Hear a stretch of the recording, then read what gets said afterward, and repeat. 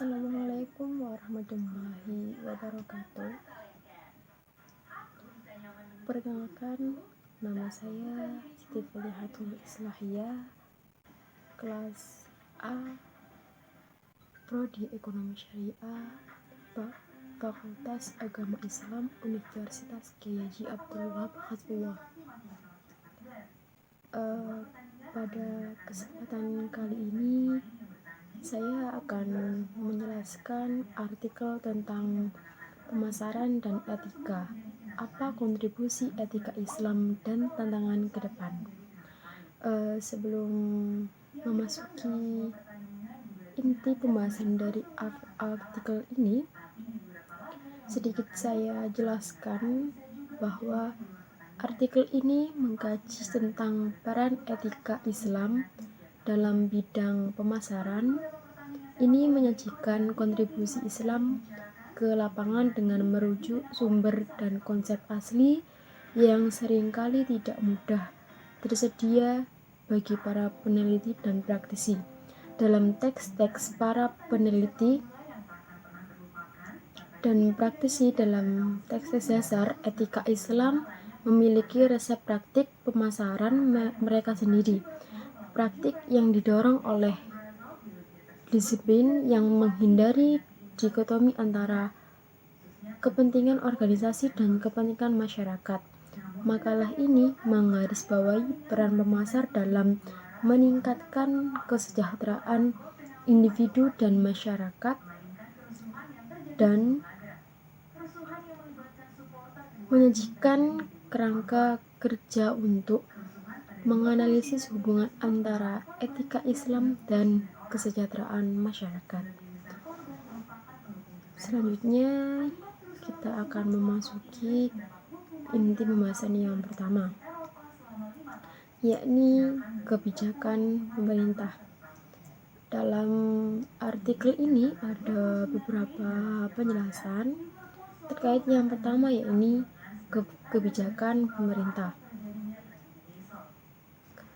Di sini ada beberapa pembahasan dari kebijakan pemerintah. Yang pertama yakni harga. Islam memberikan sanksi harga yang ditentukan secara bebas di pasar.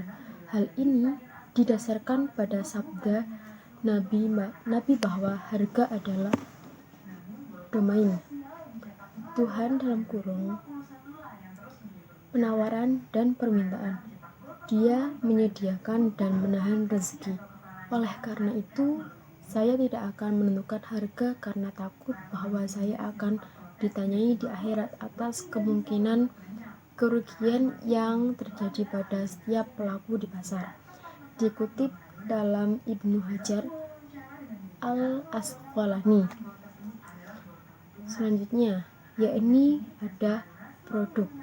Berbagai jenis produk harus diproduksi untuk memenuhi kebutuhan segmen populasi yang berbeda. Menurut Nabi, Tuhan memberkati seseorang yang menyempurnakan keahliannya atau melakukan pekerjaan dengan benar, dan Tuhan mencintai seseorang yang belajar dengan tepat bagaimana melakukan pekerjaannya dan melakukannya dengan benar. Selanjutnya, persaingan antara produsen harus mengarah pada peningkatan kualitas produk dan layanan.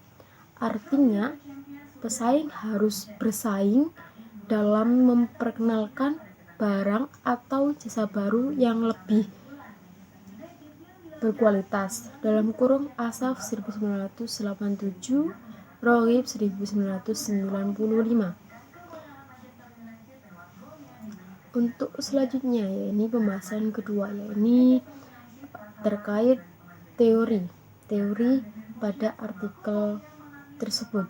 Untuk yang pertama, American Marketing Association mendefinisikan etika sebagai secara profesional benar atau sesuai dengan standar perilaku profesional, dan etika pemasaran sebagai standar pengambilan keputusan pemasaran berdasarkan apa yang benar dan apa yang salah, dan berasal dari agama kita, warisan dan tradisi kebebasan sosial, politik, dan ekonomi kita. Etika Islam bagaimanapun didefinisikan sebagai aturan tertentu yang mengatur perilaku individu dan organisasi dan berusaha untuk memastikan kemurahan hati, transparansi, dan akuntabilitas dalam perilaku dan tindakan sambil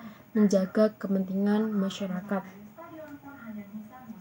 Dan yang kedua, Nabi Muhammad membuat iman bergantung pada melayani orang dengan menyatakan dia yang tidak berterima kasih kepada orang-orang, tidak berterima kasih kepada Tuhan, dikutip dalam Al-Barai dan Al-Abdin.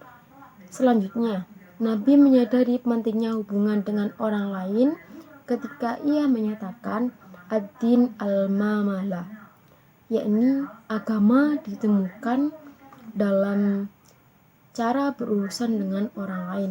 Artinya, menilai apakah tindakan atau perilaku apapun benar atau salah harus bersumber terutama dari manfaatnya bagi orang-orang dan masyarakat. Selanjutnya yaitu Imam Abu Ahmad Al-Ghazali menyarankan agar pemasar mempelajari prinsip-prinsip agama, menghindari kebohongan dalam percakapan, menahan diri dari melebih-lebihkan kualitas barang saat menjual dan merendahkannya saat membeli, mengungkapkan informasi lengkap, menghindari kesalahan saat menawar, berusaha menghindari argumen. Di salah satu Imam Abu Ahmad Al-Ghazali yang menyarankan agar memasar dan lain-lain, yakni adanya salah satu menahan diri dari melebih-lebihkan kualitas barang. Memang di agama Islam untuk sesuatu yang berlebih-lebihan itu tidak boleh.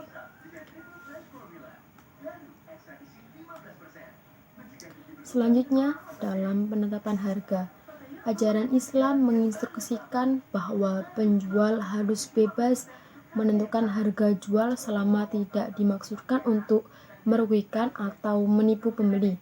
Ibnu Taimiyah menyatakan, memaksa penjual tanpa alasan yang masuk akal untuk menjual dengan harga yang tidak menguntungkan atau melarang mereka dari apa yang dibolehkan Allah adalah tidak dapat diterima secara agama.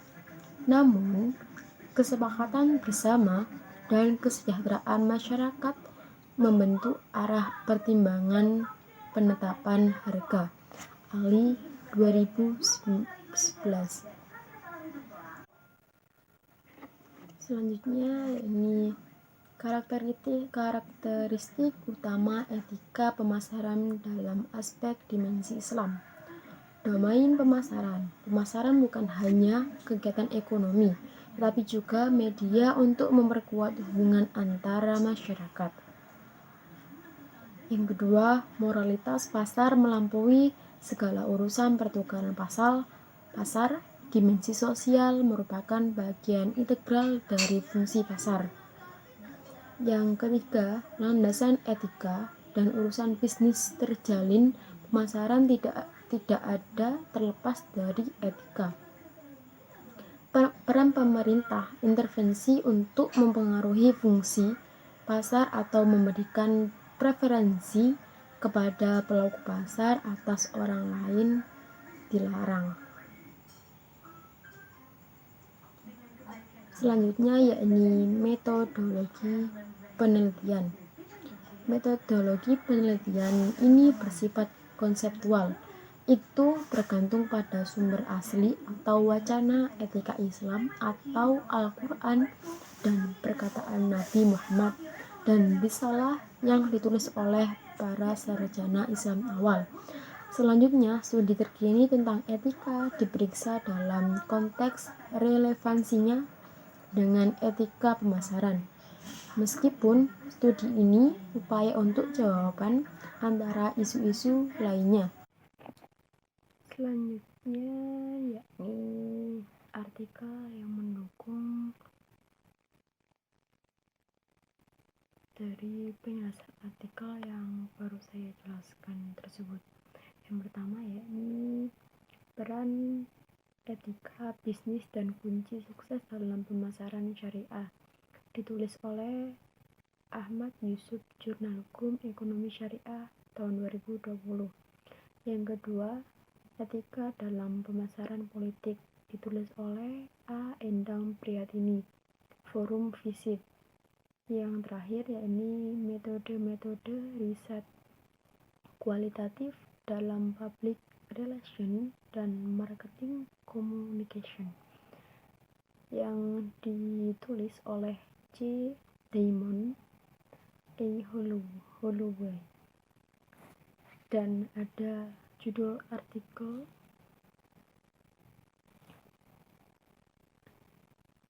yakni pentingnya etika dalam berbisnis dan pemasaran di bidang ekonomi. Judul artikel tersebut yakni judul yang saya buat sendiri.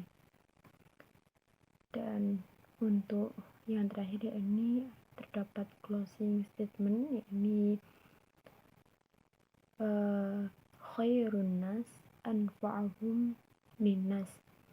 Pekerjaan terbaik adalah yang menghasilkan manfaat, dan sebaik-baik manusia adalah yang bermanfaat bagi orang lain. Dikutip dalam Al-Barai dan Abdin. Sekian, mungkin itu saja yang bisa saya jelaskan tentang artikel yang saya jelaskan pada hari ini. Semoga apa yang saya jelaskan bisa bermanfaat bagi orang lain. Sekian dari saya, Siti Fatihatul Islahiyah, kelas A, Prodi Ekonomi Syariah. Mohon maaf apabila ada salah kata, mulai ucapan perbuatan, mulai awal hingga akhir. Sekian dari saya, wallahul muwaffiq ila aqwamit thoriq. Wassalamualaikum warahmatullahi wabarakatuh.